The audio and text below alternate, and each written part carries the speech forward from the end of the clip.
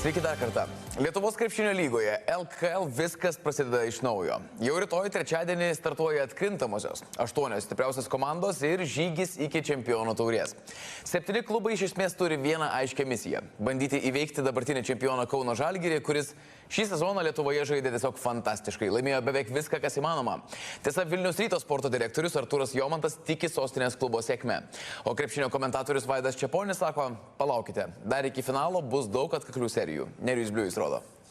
Praėjusį savaitgalį dar vieną antausino Gargždų komandos gavęs Vilniaus Ryto klubas dabar ruošiasi Lietuvos krepšinio lygos atkrintamosioms. Tiesa, vienas iš ekipos vadovų Artūras Jomantas pralaimėjimo Gargžduose per daug nesureikšmina. Pralaimėti tikrai niekas nenorėjo, bet tai buvo ir priežasčių, sakykime, gan tai objektyvių, keletas labai svarbių žaidėjų, tai tiesiog dėl sveikatos problemų negalėjau žaisti, bet tikimės, kad sekančias rungtynėse bus mums reikės. Atkrintamųjų starte Vilniaus Rytas susikaus su Utenos ekipa. Įdomiausia, kad nepaisant aukštesnės užimtos vietos, sostinės klubas seriją pradės išvykoje. Tikim komandą, tikim treneriais ir tikim, kad tikrai galim parodyti gerą rezultatą, o šitos paskutinės rungtynės, jos jau yra istorija. Sėkmingas žygis atkrintamosiose Vilniaus Rytą atvestų iki LKL finalo, kuriame greičiausiai bus Kauno Žalgiris.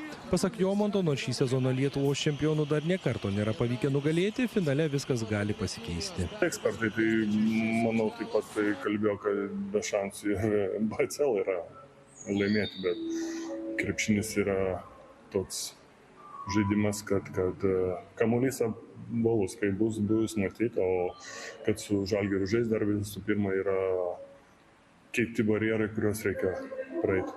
Anot krepšinio eksperto Vaido Čeponio, kaip ir visus metus lygoje, taip ir atkrintamųjų starte Kauno Žalgiris turėtų būti dominuojanti jėga. Ketvirtfinalyje Lietuvos čempionai kovos su Jonavos ekipa, o kur kas įdomesnė situacija turėtų būti kitose serijose. Dvi yra labiausiai intriguojančios LKL atkrintamųjų varžybų porą, be abejonės tai yra Šiauliai Lietkabelis ir Neptūnas Gargždai, bet manau, kad uteniškiai atėjus treneriui Laimonui Eglinskui namuose tikrai gali patampyti nervus Vilniaus Ryto žaidėjams. Bene labiausiai intriguojanti LKL atkrintamųjų starto pora Šiauliai ir Panevėžio Lietkabelis. O Lietuvos krepšinio lygos ketvirtfinalio etape kovojant iki 2 pergalių, namų aikštės pranašumą turės Šiaulių komanda. Nors Šiauliai Panevėžiečius nugalėjo visus 4 kartus reguliariajame sezone, čia visiškai nieko nereiškia. Žinom, kaip Lietkabelis, kai būna įspraustas į kampą, dažniausiai iškovoja tos bronzos medalius, bet šis sezonas kitoks.